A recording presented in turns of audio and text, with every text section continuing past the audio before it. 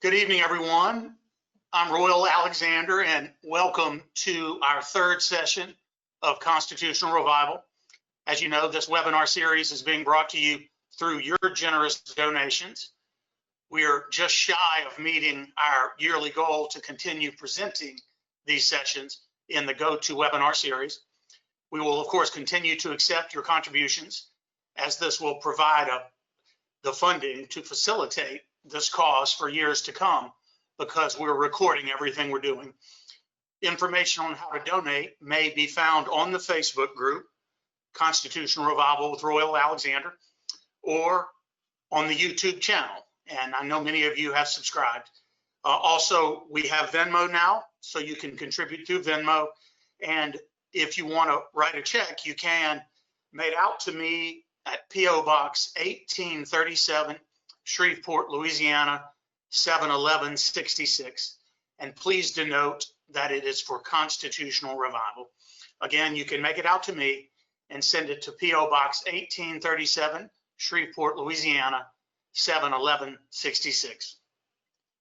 And I, again, want to thank you for donating to our cause. We feel, the three of us, Joanne Woodard, David Hagar, and myself, think this is a great use of our time and a great effort.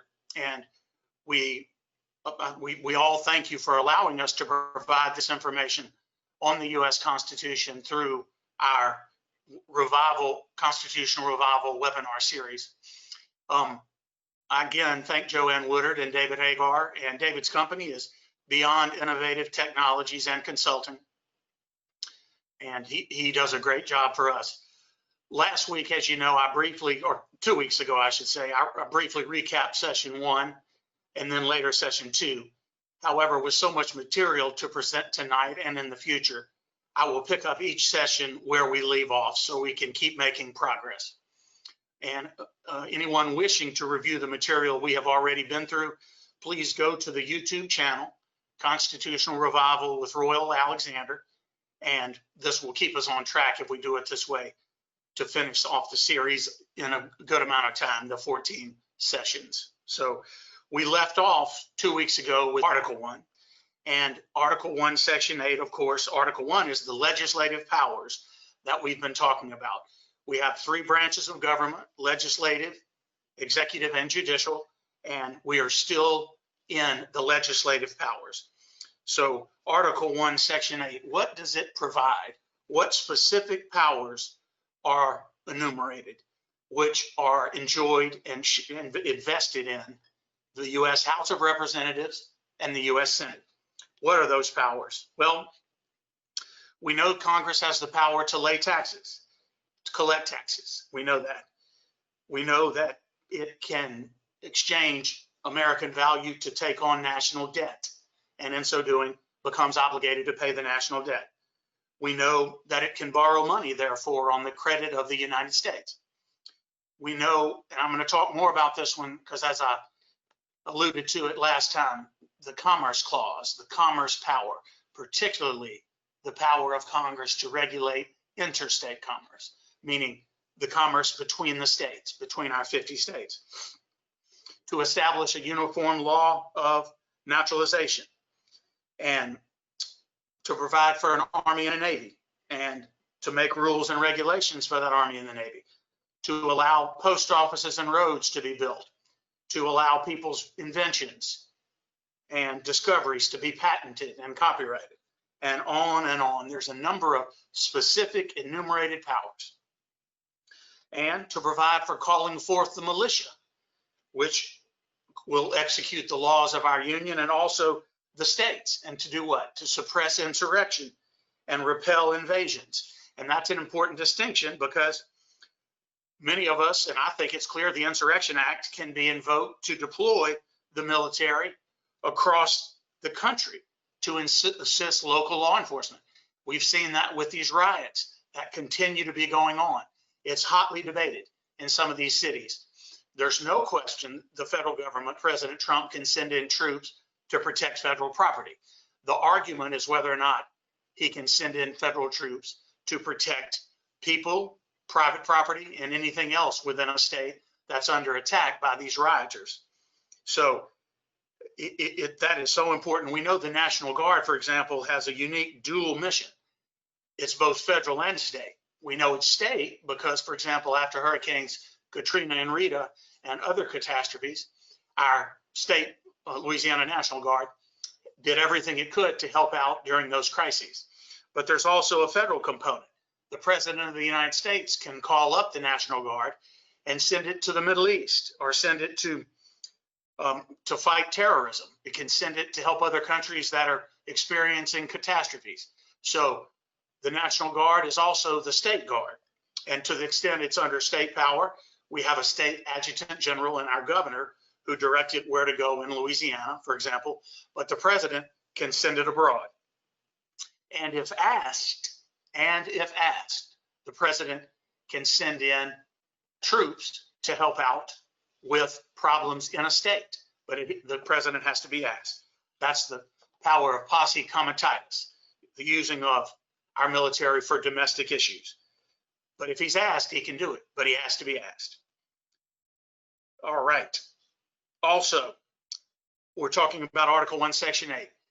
Article 1, Section 8 also created the District of Columbia. There are many people, many liberals who would love to see the District of Columbia become a state, because it would probably have another 6 liberal members of the U.S. House and 2 very liberal members of the U.S. Senate if D.C. became a state. But it's not supposed to. It's a federal territory. And so the Congress exercises exclusive jurisdiction over the District of Columbia. It's a 10-mile square area, the District of Columbia.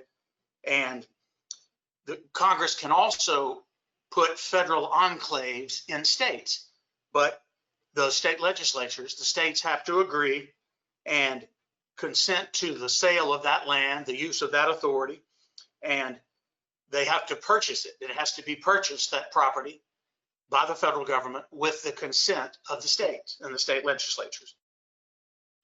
So that's for things like forts, military forts, arsenals, dockyards, and other things the national government needs, often for our national military. So that's another power under Article 1, Section 8. And it's again, so many specific things, coining money. I mean, there's so much in Article 1, Section 8. But I will say that even though they're enumerated, that first Congress was so concerned that the federal government still didn't understand that its power was going to be limited to those specific enumerated powers, that it's still put in the 10th Amendment. And we know what the 10th Amendment is. Those powers not expressly granted to the federal government, to the national government, are reserved to the states and to the people. We put in the 10th Amendment, even though we're only supposed to be allowing the federal government to do those things that are specifically detailed in places like Article 1, Section 8. Article 1, Section 8 details many specific powers, but we still have the 10th Amendment because Congress still wasn't sure that the federal government understood it. Not to do what it has become today, which is a huge monolith, a leviathan. So, but that's not all. That's not all these powers. I mean, we know the most important, of course, as I mentioned, is raising taxes, setting tariffs, and raising federal revenue. And also, Congress has to expressly authorize and appropriate federal revenue. All of those things, the House has really the power of the purse because all spending bills have to originate in the House of Representatives. But the one catch-all that always worries me is that in Article 1, Section 8 is something called the necessary and proper clause. And what it means is that those powers are limited here. The federal powers are limited to these express things we've been going over, but also all other powers that are necessary and proper to carry them out. That worries me because it's easy to define what may be necessary and proper. Any one of us could say, if we were in Congress, you know, I think this is necessary and proper, so the federal government is going to do it, even though it's not one of those express powers granted like the power to tax, or the power to declare war, or the power to raise a military, raise a navy. All those powers are specific, but the necessary and proper clause always has concerned me because it's kind of a huge catch-all. If it's not listed in all of these things with all of the express powers the Congress has, like inventions, like things like declaring war, like things like constituting legal forums, legal courts, inferior to the Supreme Court, meaning the lower federal courts. All of those are express, clear powers. But the necessary and proper clause, that kind of opens it all back up. And anything besides these specific things that are necessary and proper to carrying out federal law. Well, that scares me a little bit because there's some very creative federal judges who will look and say, you know what, in my judgment, a federal judge, in my judgment, whatever Congress wants to do now is necessary and proper to carry out all these laws that are specifically listed. And that concerns me. And I'll tell you something else that concerns me. The Commerce Clause, as I mentioned, the power to regulate the commerce between the states. That's powerful. Why is it so powerful? Because it gives Congress extraordinary power to regulate any activity that's going on in a state. Why? Because that activity crossed state lines. When you regulate interstate commerce between the states, that means Texas and Louisiana. That 18-wheeler, again, I always use the example of the bottle of Heinz ketchup. The Heinz ketchup factory plant is in, it's in Pennsylvania. I think it's in outside upstate of Philadelphia. It's in Pennsylvania. So an 18-wheeler picks up that ketchup at the Heinz ketchup plant, a whole 18-wheeler full of ketchup. And it travels through Pennsylvania and starts coming down and stops off at a bunch of other states, crossing state lines all the way down. Comes into Texas, drops off ketchup. Comes in Louisiana, drops off ketchup. That bottle of ketchup has moved in interstate commerce. It started in Pennsylvania and it worked its way all the way down through the states, crossing over state lines from Pennsylvania all the way to Louisiana. You can truthfully say that that product moved in interstate commerce, but that's not the end of Congress's power under the Interstate Commerce Clause. They also can regulate anything that substantially affects interstate commerce. So let me take you one step further, and this is where Congress has derived so much power in the last 80 years through the Interstate Commerce Clause. Most of us can agree that that bottle of ketchup that started in Pennsylvania at the Heinz factory and ended up in Louisiana moves through interstate commerce. We may not like it, but that bottle of ketchup can probably fairly be regulated to be sure it doesn't have any poison in it, not too much salt. There's not something in it that is going to harm people. It can be regulated by the Food and Drug Administration and other things because it did move in interstate commerce. But when you say Congress can also regulate anything that substantially affects interstate commerce, let me tell you what that really means. There is a case, probably 100 years old now, that's Gibbons v. Ogden. And in that case, a farmer growing wheat for himself. No, Gibbons is a different one. The Millard case. A farmer. It's when you go back 20 years in law school, your classes, but the principle of the case is the same. A farmer sitting on his farm growing his own wheat, then cutting the wheat and entirely consuming the wheat for himself and his family, maybe a few of his neighbors. That's all. That wheat never crossed state lines. If it were in Louisiana or Kansas, that wheat that he grew on his own private property, being consumed by himself and his family, maybe even a few neighbors, but none of it ever left that state. In fact, most of it never left even a few miles area around his farm.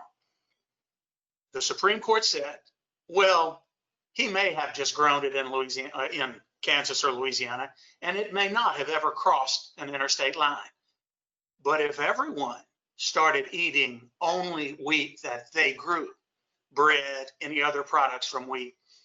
If everyone in every state started doing that, that would substantially affect interstate commerce, because it would affect the manufacturing of bread, producing, baking of bread all over the country, because everyone started consuming their own wheat in their own land, on their own land for themselves. And so I remember in law school reading that case, and I thought to myself, if Congress can regulate even the growing and consumption, that case was wheat, but it could be tomatoes or watermelons or anything else, anything I produce right on my land just for my family.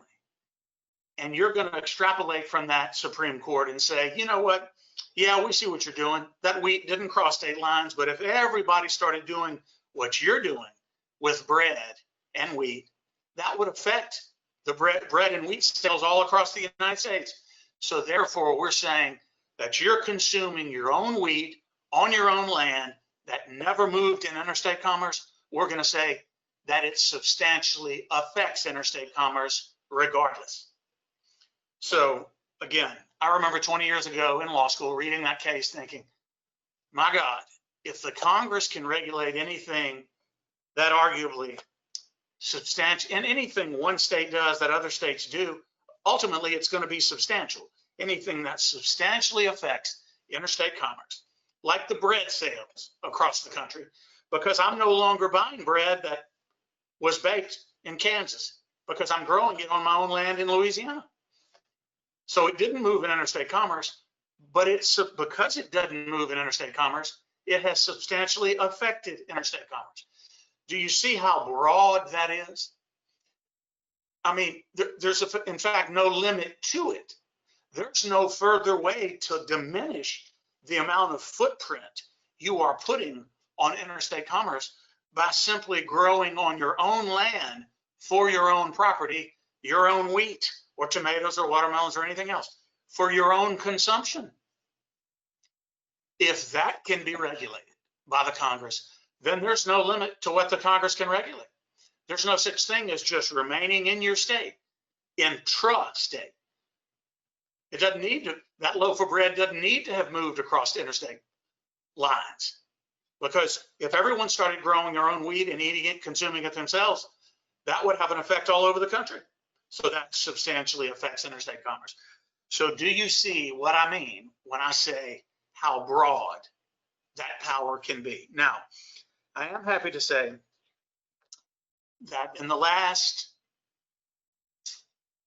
15 years at least, maybe 20, the Supreme Court has begun to narrow the reach, the scope of the Interstate Commerce Clause power.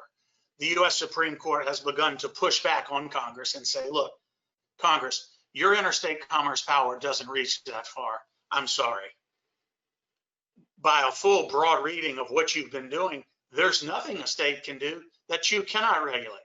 And that violates states' rights. It violates the 10th Amendment. You're coming in and essentially taking over a state based on the power to regulate commerce that moves between states. And a classic example was Obamacare. A healthcare policy doesn't actually move in interstate commerce. A healthcare policy is wherever the person is located. I mean, typically, it's hard to go across state lines to sell healthcare. Now, with the Obamacare thing, all of that has changed. But you can see how it would be hard to argue a healthcare policy moved in interstate commerce. But all I can tell you is, if everyone started buying healthcare right in their own town, you know how Congress would come and say, well, you're substantially affecting healthcare across the United States because all you're doing is consuming healthcare by your own local doctors. In fact, the way America was for a long time. Well, the Supreme Court, as you know, in Obamacare, John Roberts writing the decision, Obamacare was not confirmed, was not affirmed on grounds of the Interstate Commerce Clause power, even though that's the power under which it was argued for 2 years. Justice Roberts, and we don't even need to go into all that, Justice Roberts essentially said, we're not going to confirm the decision under the Commerce Clause power. He may have been thinking, because I don't want to expand the Commerce Clause power that much more. Whatever the case may be, Obamacare was affirmed, was found constitutional based upon the taxing power. And we know clearly there's a taxing power, but the taxing power is not the basis on which Obamacare was argued for 2 years. It was argued under interstate commerce. And lots of fabulous arguments, pro and con. That's exactly what was argued to the Supreme Court. But Roberts and those 5 justices said, you know what? We're going to find Obamacare constitutional based on the taxing power, which, as we just went over in Article 1, Section 8, Congress clearly has the power to tax. You know, we're going to find out later that it also has the power to impose a national income tax. But what I'm saying is that's not the grounds Obamacare was argued upon. It was argued on the interstate commerce power. And to me, that's far more of a stretch than the taxing power. But Obamacare wasn't passed based upon the taxing power. That law, that legislation, what's called the Affordable Health Care Act, it wasn't passed in Congress based upon a taxing power. It was written based upon the interstate commerce clause power.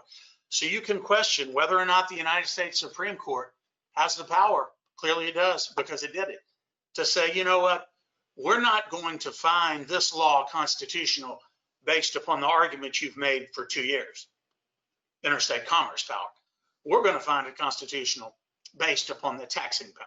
And clearly Congress has the taxing power. So I dwelled on those things because the interstate commerce clause power, the necessary and proper clause, broadens these specifics pretty broadly. Because any of us could say, you know what, if we were a judge, that's necessary and proper. And now the interstate commerce clause power is how, more than any other kind of constitutional power, it's how Congress, it's how the federal government reaches into states like Louisiana and every other state and decides, regulates us, makes choices about our conduct, makes choices about our health. But fortunately, in my view, again, this is royal editorializing here. Fortunately, in the last probably 20 years, the US Supreme Court has backed the Congress off and started saying, no, some of these things, like gun control, like domestic abuse, the Violence Against Women's Act, all those things I'm sure are probably worthwhile legislative causes. No one wants domestic violence. No one wants people who are, well, the Second Amendment is very powerful, but if there's a law passed keeping guns from being brought in schools, that needs to be done by a state. Louisiana needs to decide that, if that's going to happen. And there'd be constitutional problems probably under the Second Amendment, but putting that aside, those kind of decisions need to be made by the state of Louisiana or the state of Texas or the state of Nebraska or any other state, not the federal government. If the state of Louisiana decides we need to do something about, and Louisiana did do this, about domestic violence and domestic abuse, then it needs to pass a statute. It knows better in our constitutional framework. Again, remember in the beginning, ours is a system of co-federalism. The federal power is equal to the state power, and the state power, the 50 states, are equal to the federal power. They are co-equal sovereigns, co-equal. And you might look around and say, it doesn't look like that, and I agree, it doesn't look like that. But that's what it's supposed to be. The federal government, the national government, and the 50 states are supposed to be co-equal powers. So if Louisiana wants to address a problem, or New York, the state of New York, it may have very different people living there. And if the state of New York wants to do something crazy, it's in its own incubator. And if the people of New York get mad, they can fire those people, meaning run them out of office and elect new people. Same in Louisiana. But all these things, Congress doesn't need to be reaching its long arm in all the way from DC to tell us how we should live our lives here in Louisiana, beyond those specifics enumerated in the Constitution that we've been going over right now, Article 1, Section 8. So my point is, I'm happy that the US Supreme Court has begun to, otherwise the 10th Amendment doesn't mean anything. if the Congress can reach in anytime it wants and regulate our health, tell us what's bad for us, tell us what's good with us. Don't let us drink 50-ounce Cokes because they're fattening. Don't let us eat candy. Don't let us smoke, although there are some restrictions. What I mean is, many of these health decisions need to be made by the states. By the states. Our Constitution is supposed to protect our freedom, our individual liberties, our fundamental rights, not our health.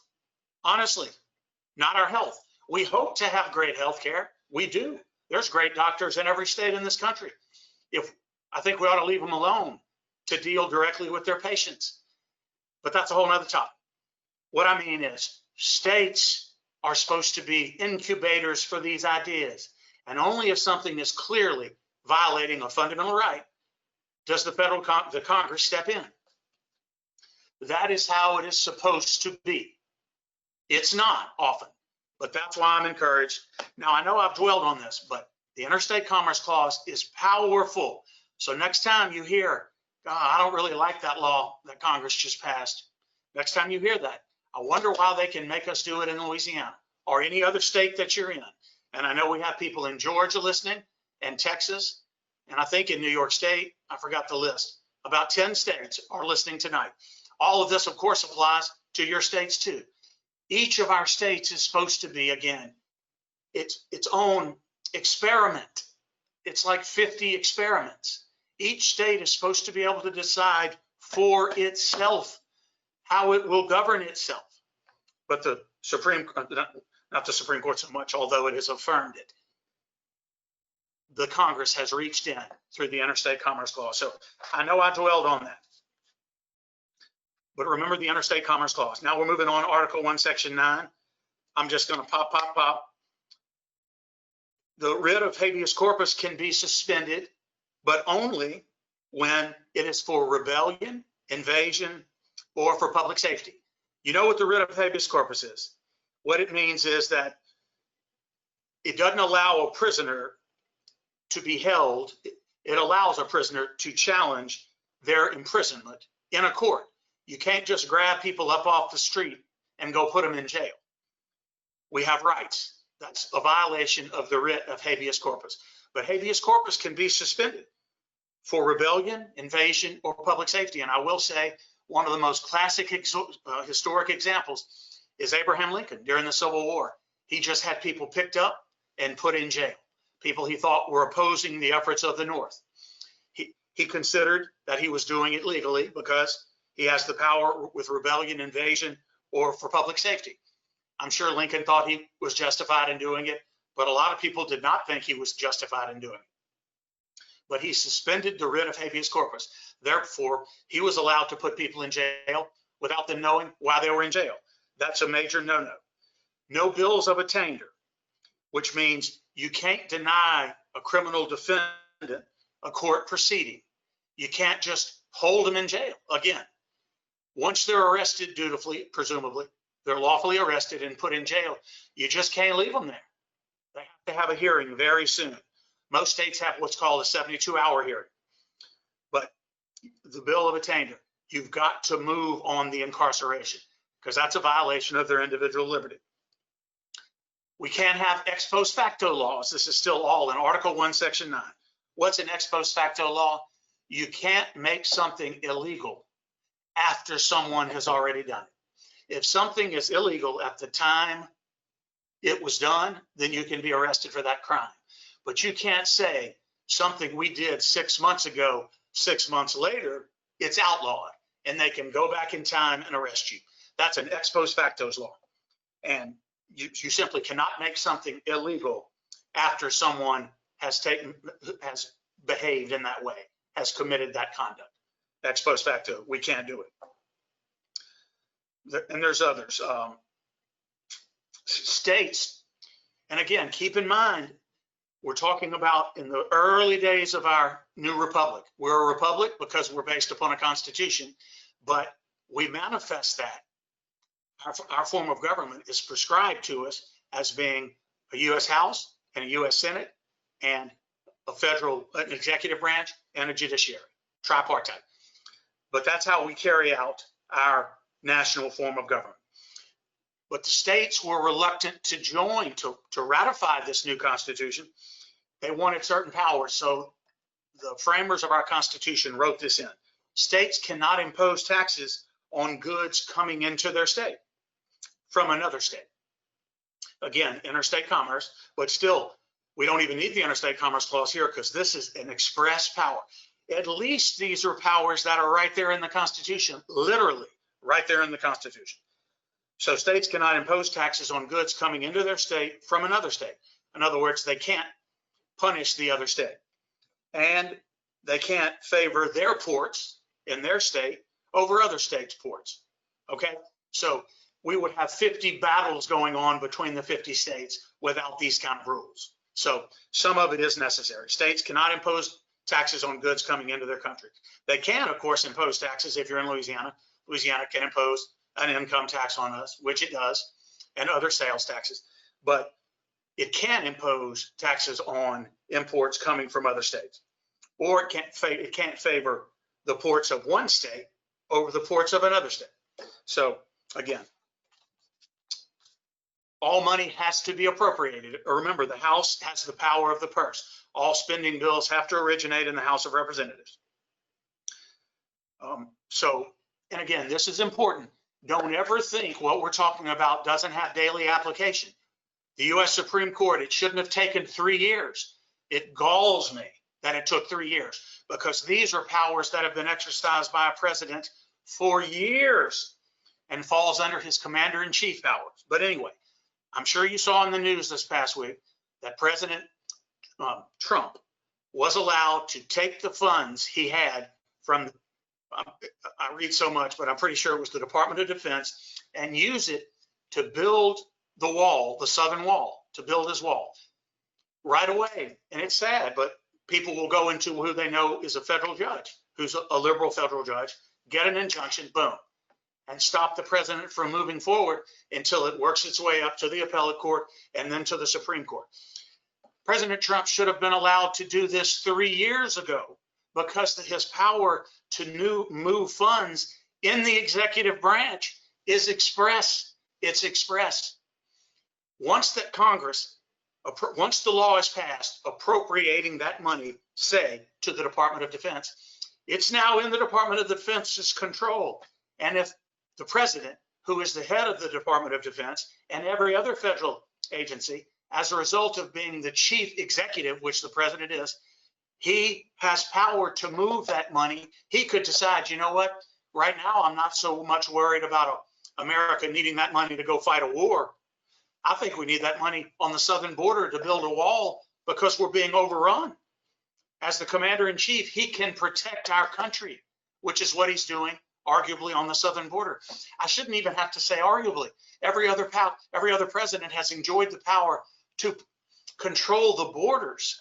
Even though Congress has the express power, it has delegated in many respects to the commander-in-chief to protect national security. Only President Trump is hamstrung, it seems, at every turn.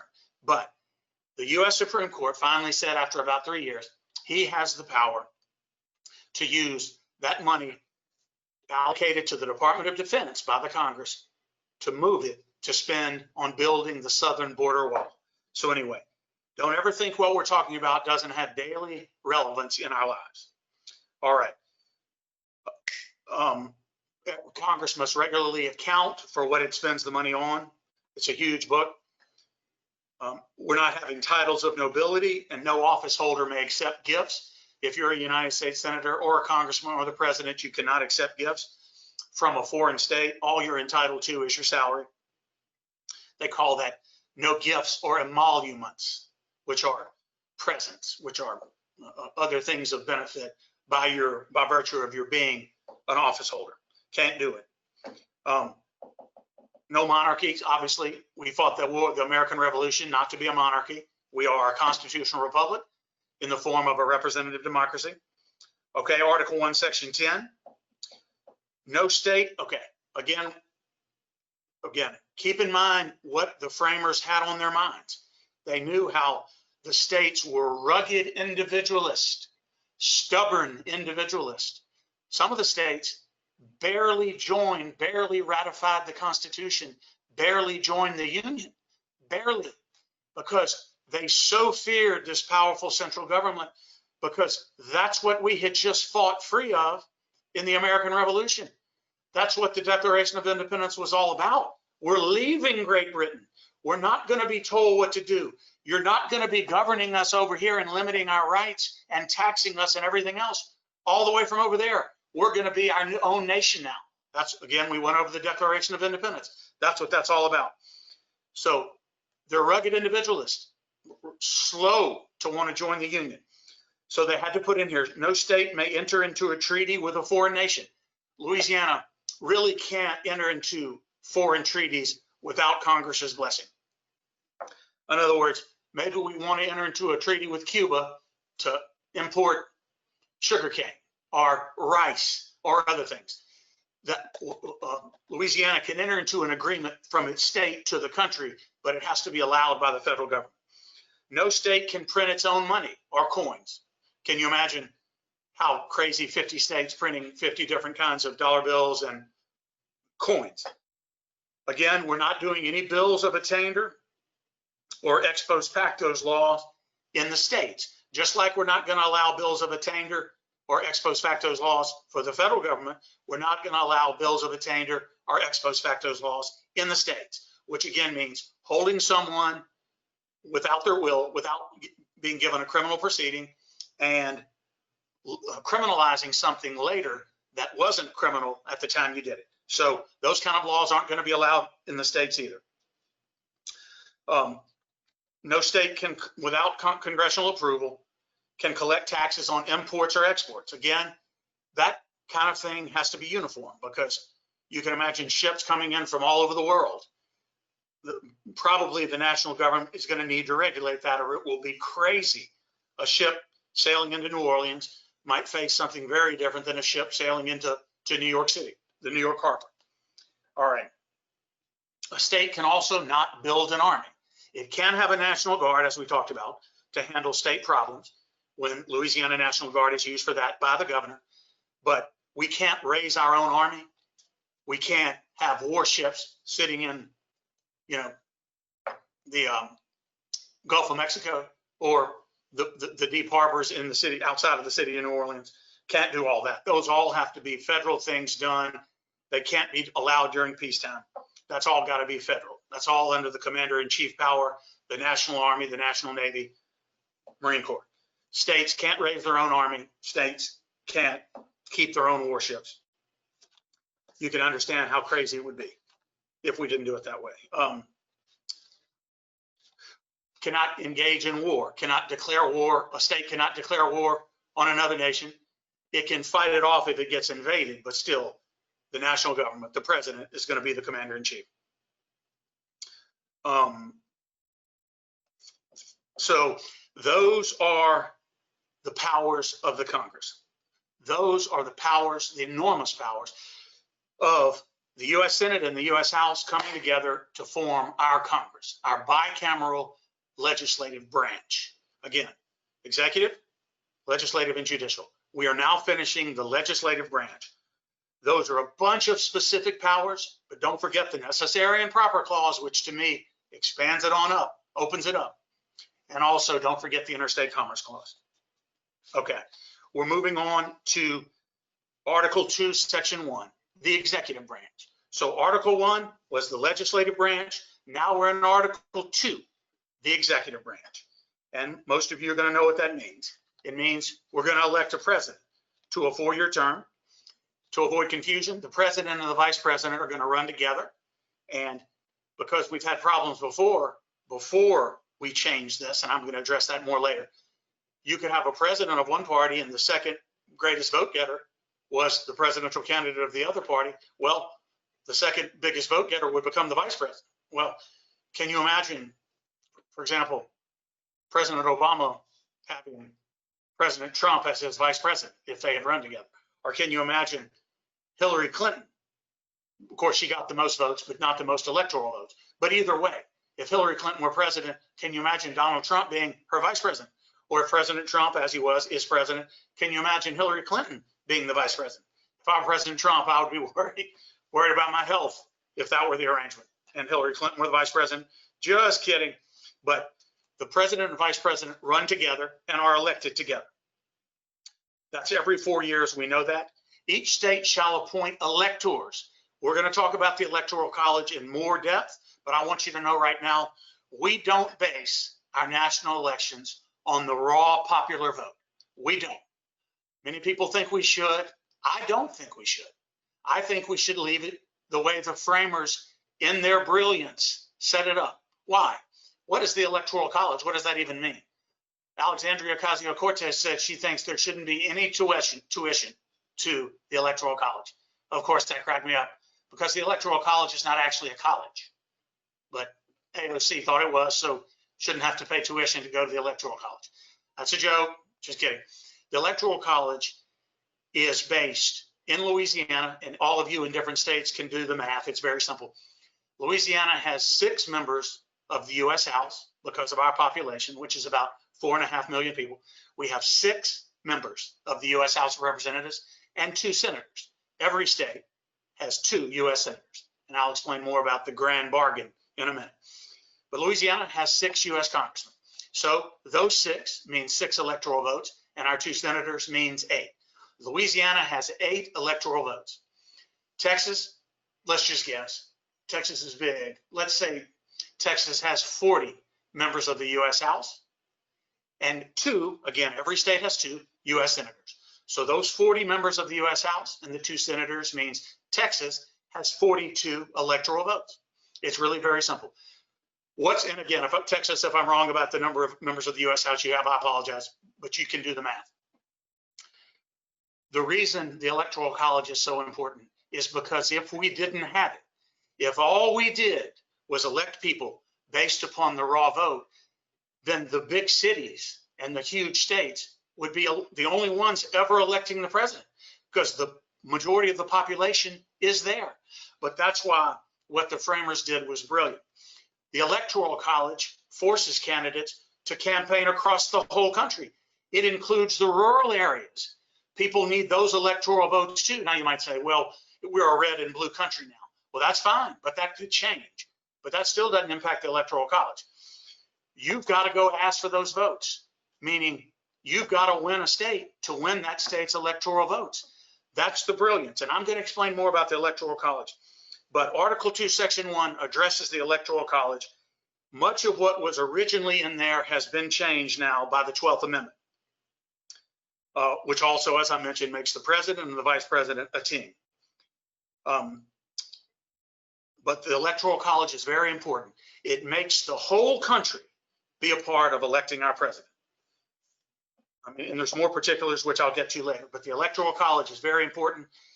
Liberal states want to do away with it. But what I love is that there's something called a national compact, the National Voters Compact, that's trying to get around it. We don't have time for me to address that, but I think it's going to be declared unconstitutional. What's being done now across the country to try to get around the Electoral College. I think it's critically important. I think the framers were brilliant in doing it. I think it's perfectly in keeping with the idea of states' rights, forcing the government to, if we're going to elect a president for the nation, he needs to have been elected, he or she needs to have been elected across the country. And that's in big states and small states. That's why the Electoral College is brilliant. Okay. The Congress may also determine the time of choosing the electors. We know that is, and the day on which those votes will be given, and that day will be the same throughout the United States. And we know that electors, Louisiana will have 8 electors meet at our state capitol in December, and they will cast their ballots, those electoral ballots. We just had a U.S. Supreme Court case about the faithless elector. And what the Supreme Court held in very summary fashion is that you can't be a faithless elector. If you're on the Republican slate or the Democrat slate, you can't get up there if you're a Republican and vote for Joe Biden. If you're a Democrat, you can't get up there and vote for Donald Trump. If you're pledged to the Democrat slate, you have to vote for the Democrat candidate. That's a very summary sketch of a Supreme Court case that just was decided about a month ago. The case of the faithless elector. Anyway, we're not dwelling on that right now. But don't think what we're talking about doesn't have relevance every day. So in October, after a presidential election, the electors meet in each capital. Again, Louisiana has 8 electors. Go to Baton Rouge, cast their vote. What are the qualifications for president? 3. You have to be a natural born citizen of the United States or born in a part of the United States. In other words, you're born as a U.S. citizen. John McCain, Senator John McCain was born, I can't remember in which one, in an American territory, but he was not born in America proper, what we'd think of. And he was still an American citizen. His case was something different. If I don't remember it perfectly, it's just because I haven't thought about it lately. But he still was eligible to run for president of the United States because he was an American citizen, even though he wasn't literally born in the United States. You have to be born in the United States. That's why Arnold Schwarzenegger could not ever run for president. God help us and God thank us. You have to have lived in the U.S. Just kidding about that. Born in the U.S., lived in the United States for 14 years, and be at least 35 years old. Those are the 3 qualifications. Be a natural born citizen of the U.S., including being born in a place to a mother who's an American citizen, making you an American citizen, even if you're not born here. Lived in the U.S. for 14 years, and be at least 35 years old to run for president. Also, in Article 1, Section 1, Article 2, excuse me, we're in Article 2, Executive. We address the case of the removal or the disability of a president who dies or becomes incapacitated. And what that did was that was all modified by the 25th Amendment. And we now have a line of succession. We have a line of succession regarding who can become president. If the president can't, obviously the vice president. If the vice president can't, obviously we have the Speaker of the House is next, then the Senate pro tem. And then after the Senate pro tem, the Secretary of State. So we have a line of succession, and all of that is decided now by the 25th Amendment. The president will be compensated for his services. His compensation won't be increased or diminished during his 4-year term. So the Congress can't punish the president if they don't like what he does. His salary cannot be diminished over the 4-year term. It's about $400,000 now. We know President Trump does not receive his. And we know that he donates it, but the Congress could not cut off his salary. When the president is elected, he takes the oath of office. We all know it there. I do solemnly swear or affirm that I will faithfully execute the office of President of the United States and will, to the best of my ability, preserve, protect, and defend the Constitution of the United States. All right, those are what is required to be president. What is required to become president? Now, Article 2, Section 2. The president shall be the commander-in-chief. We know that. He's not just the head of the executive branch as the president, the chief executive. He's also the commander-in-chief of the Army, the Navy, and we know the National Guards when they're used for a federal purpose. As the head of the executive branch of government, he has enormous powers, and we know that. We didn't separate it. Our framers wanted the chief executive, the executive branch, the head of the executive branch, the president, to also be the commander-in-chief, not some general. We didn't want a military man to do it. We wanted the president to be the commander-in-chief, a civil authority who can tell our generals. We still need our generals, but they are not ultimately in control. The president is. The president can require the opinions of his cabinet. He will pick a cabinet to advise him. He can require them to provide him opinions. He has the power to grant reprieves and pardons, and that is for federal crimes. We've seen the pardon power a lot in the last few years, but the president has that express power for pardons and reprieves. Now, he can also, let's just say it like this. The president has the power with the advice and the consent and some of you probably know where I'm going, the advice and the consent of the Senate to appoint U.S. Supreme Court, to nominate U.S. Supreme Court justices, to nominate. We've seen those hearings. They're crazy. Justice Kavanaugh, Justice Gorsuch are the two most recent ones. So the president gets to nominate, but the Senate gets to give its advice and consent. And that's a pretty awesome power. It's not just that. It's not just the Supreme Court nominees, though. He also can appoint ambassadors, public ministers, consuls, judges of lower courts, not just Supreme Court judges, and all other officers of the United States. And all of those have to be approved by the Senate, which is why the Senate, Mitch McConnell as the majority leader and Chuck Schumer as the minority leader, always are using parliamentary procedure to trip each other up. Right now, Schumer tries to delay anything he can of the Trump nominees, just like McConnell in the minority does the same thing if there's a Democrat president. They can only do that because of the advice and consent power that's expressly given to the Senate in the Constitution. So that's a great power. There are some lower positions the president alone, they call them inferior officers, the president alone can appoint, that don't have to have approval by the Senate.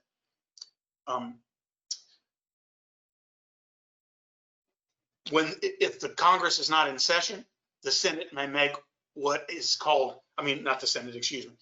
If the Congress is not in session, if the Senate is not in session, excuse me, if the Senate is not in session, the president may make what is called a recess appointment. But lately, if it's a Republican president and a Democrat Senate, what the Democrat Senate will do is just never go out of session. Technically, it never recesses. So the president can't use a recess appointment. So that's part of the political games they play up there. But if there were a true recess, the president could make a recess appointment. However, that would end in the next session. So, if you're appointed to something, you may not be able to continue when the Senate comes back in session. Okay, those are great powers the president has. A lot of that is with the advice and consent of the Senate. He is the commander-in-chief, which is a powerful authority. Article 2, Section 3. We know that the president is required to give a State of the Union. He could do it in the form of a letter, as some presidents did, but we now know, usually in January or February, the president gives a State of the Union address. The president also has the express power to, for rare opportunities, convene the Congress. He can convene both houses, make them come together for a meeting. He meets with foreign leaders from all over the world. That's part of his commander-in-chief power as the leader of America's foreign policy. That State of the Union is, as you know, they say, Speaker, Mr. Speaker, the President of the United States, and then he rolls in there. Of course, now, they used to be polite and everyone would clap. Now, some sit down and some stand up. But that's a State of the Union address where the president will give certainly his best view of what he thinks is going on in the country. All right, Article 2, Section 4 is the impeachment. We know that the impeachment have about 6 minutes. Who can be impeached? President, the vice president, other federal officers, and federal judges can be removed. But it's for treason, bribery, or other serious crimes. Treason, bribery, or other serious crimes. It's only happened 4 times in American history. Andrew Johnson, Richard Nixon, Bill Clinton, and recently President Trump. President Nixon resigned. Andrew Johnson just got by being voted to be removed. And Bill Clinton and both President Trump weren't anywhere near 67 senators. It takes 67 senators to vote to remove a president when he's impeached. The impeachment process begins in the House. The House drafts articles of impeachment and sends them over. Although Speaker Pelosi in this last impeachment drafted those 2 articles, but held them, I think trying to force the Senate to take certain steps before it could conduct the Senate, because the Senate conducts the trial of the impeachment. The House drafts the articles of impeachment, but the Senate tries the impeachment. But Nancy Pelosi didn't have any authority to do that. So at some point she sent the articles over and the Senate did its impeachment. Again, it takes 2/3 senators to remove an impeached individual. If it's the president, then the Chief Justice presides and the House serves as prosecutors, as we saw. The Senate serves as the jury. And again, you need 2/3. Article 3, the judicial branch. This is the third branch of government as we think of our tripartite form of government, the judicial branch.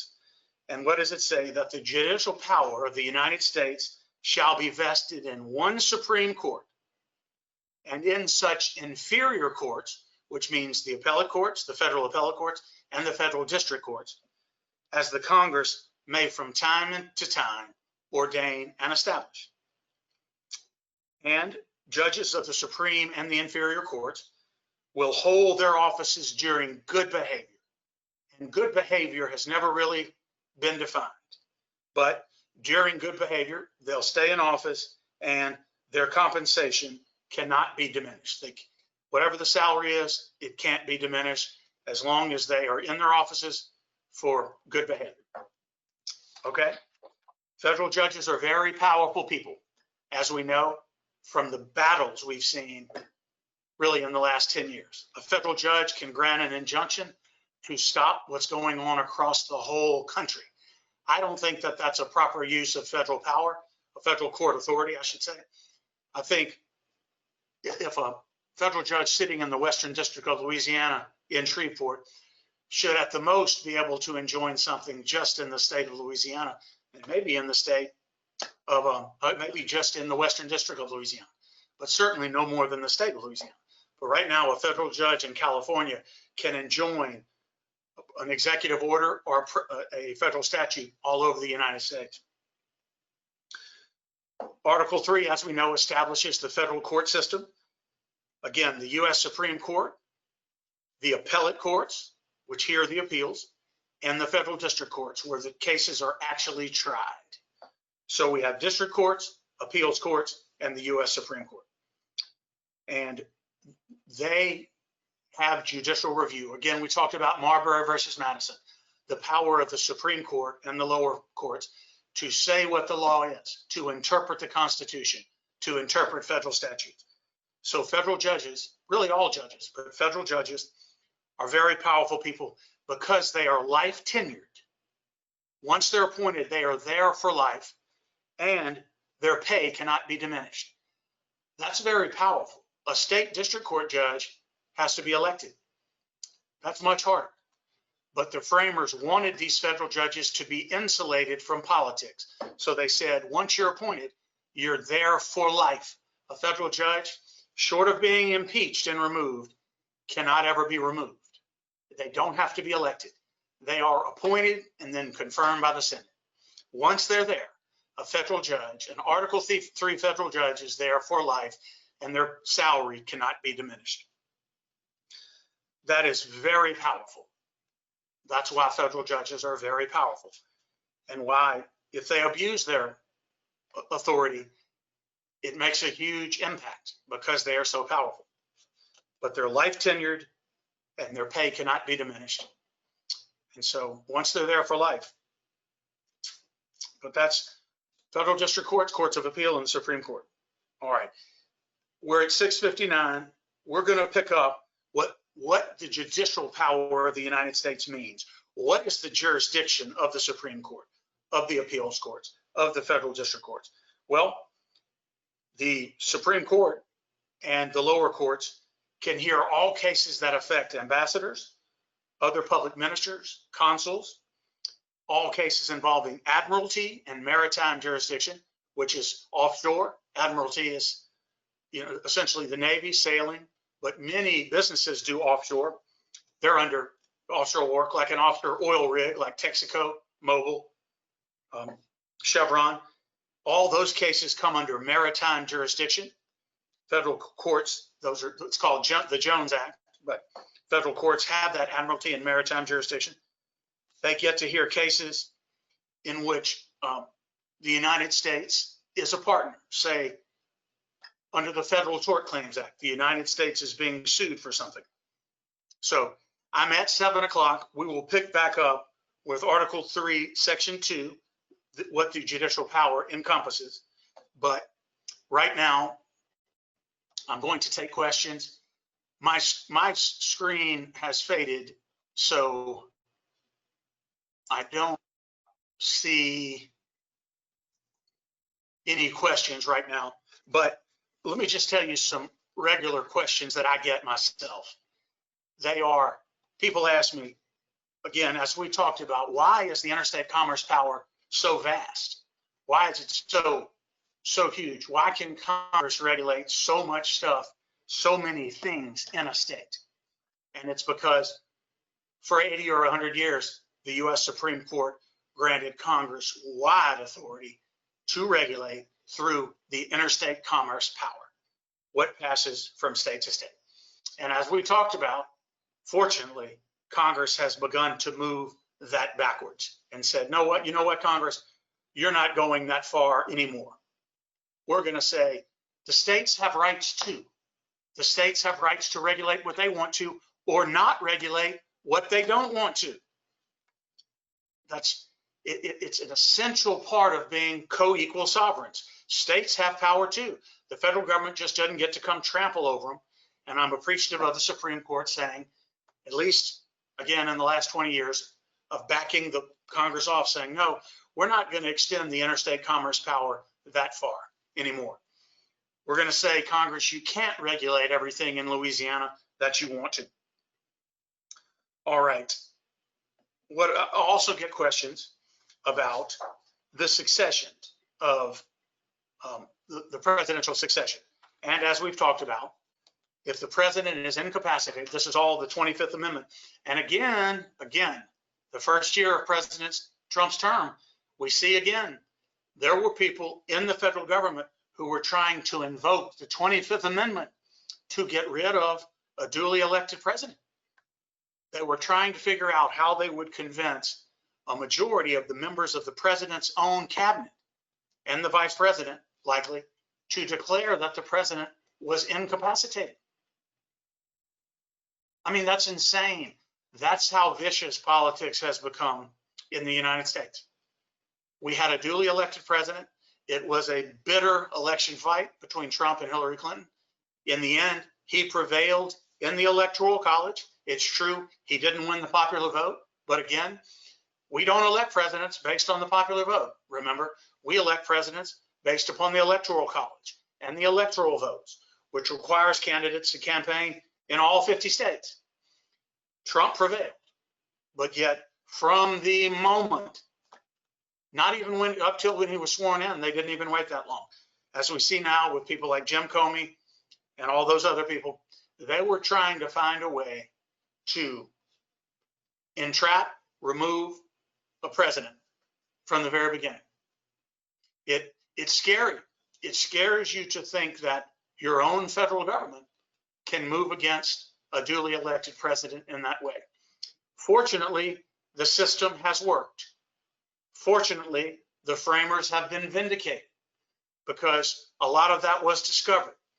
People like Jim Comey, Andrew McCabe, Peter Strzok, Lisa Page were not successful in trying to undermine and defeat the new president, to have him removed, to have him impeached. That's where all that Russia collusion stuff came from. And none of it was true. None of it was true. But yet the president, no president should have to go through this. No president should have to spend the first 3 years of his administration in a duly elected term fighting what amounts to a completely false impeachment campaign against him. They never had legitimate grounds to do it. And Comey knew he didn't have legitimate grounds.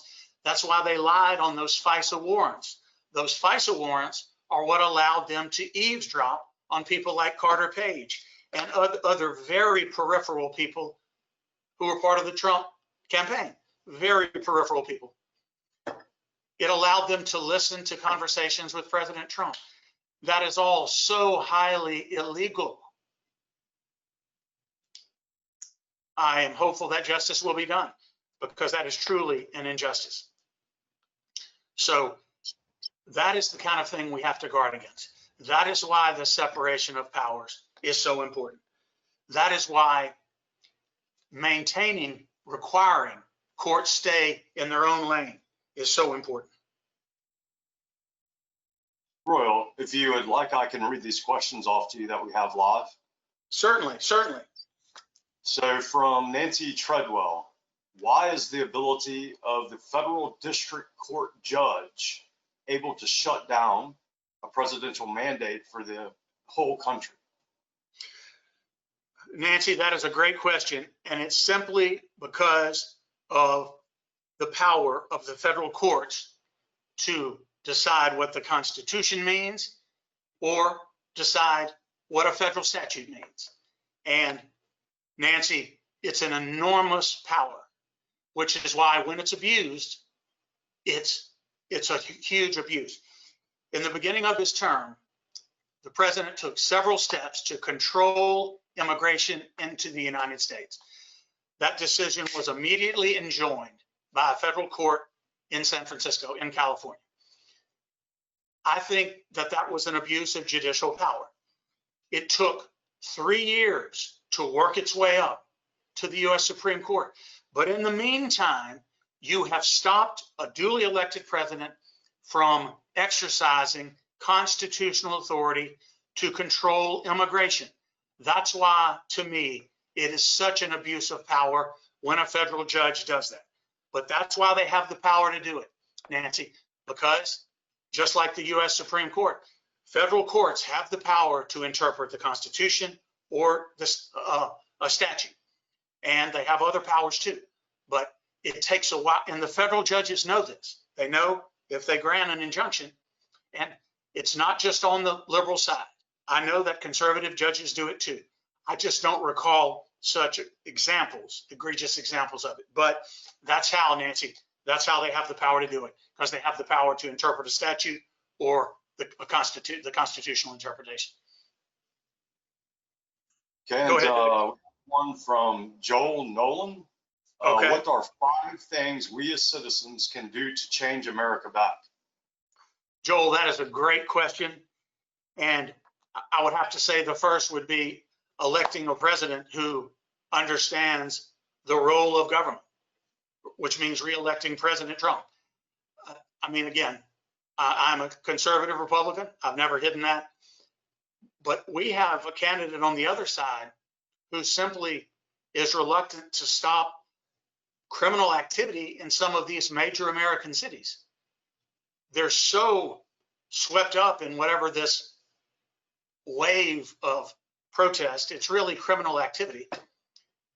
It is, and so indebted, beholden to a base of voters who think that that's the way to affect social change, that the best thing we can do, in my view, is to re-elect President Trump. And I know that sounds terribly partisan, but right now we have a candidate who is willing to maintain law and order in this country and allow our normal process of changing our laws, which means registering to vote, voting. It means marching. It means picketing, protesting, peaceably protesting. It means voting for candidates we want and replacing them, getting rid of candidates we don't want. Those are the peaceful ways that we make real change in our country, in our society. And we've done it for 243 years.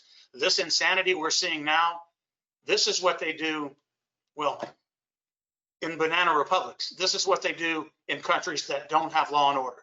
So not just the president, Joel, anyone else who's a constitutional supporter, a constitutional conservative who says, let's do things based upon law and order. Let's do things based upon the rule of law. And that's from the president to the US Senate, to the US Congress, to our local elected officials. Change comes slowly, it does, but it's supposed to come slowly. You're supposed to have to build political consensus. It doesn't happen overnight, particularly just because you're shooting people, you're damaging property, you're trespassing on property, you're threatening people, you're burning federal buildings. That's not the way we make lasting positive change in our country, Joel. Good question.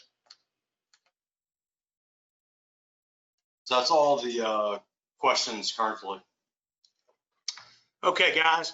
Well, I just wanted to say thank you all for tuning in again. We'll cut it a little bit short, but we will pick up there in 2 weeks. And I hope if you haven't watched the previous two that you will. And thank you again for joining us. Y'all have a great night.